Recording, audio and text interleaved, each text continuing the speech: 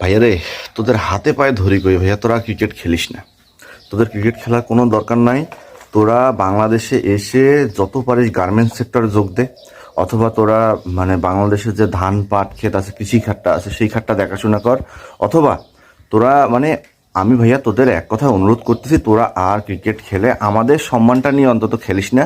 আবেগটা তো অনেক আগেই জলাঞ্জলি দিয়ে দিছিস, কিন্তু ভাইয়া ক্রিকেট তোরা খেলিস না। তোদের আমি হাত পায়ে ধরতেছি, কারণ এই আরব আমিরাতের সাথে রে ভাইয়ারে লজ্জা, এই লজ্জাটা আর কোথায় রাখা যাবে?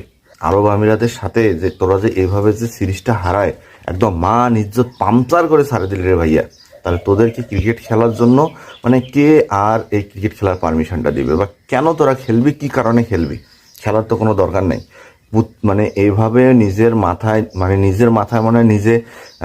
নিজের স্যান্ডেলটা খুলে যদি গালের মধ্যে এমনভাবে মারা যায় বা মাথার মধ্যেও মারা যায়, আমার মনে হয় অতটা লজ্জা লাগবে না যতটা লজ্জা তোরা বাংলাদেশ ক্রিকেটকে দিলি।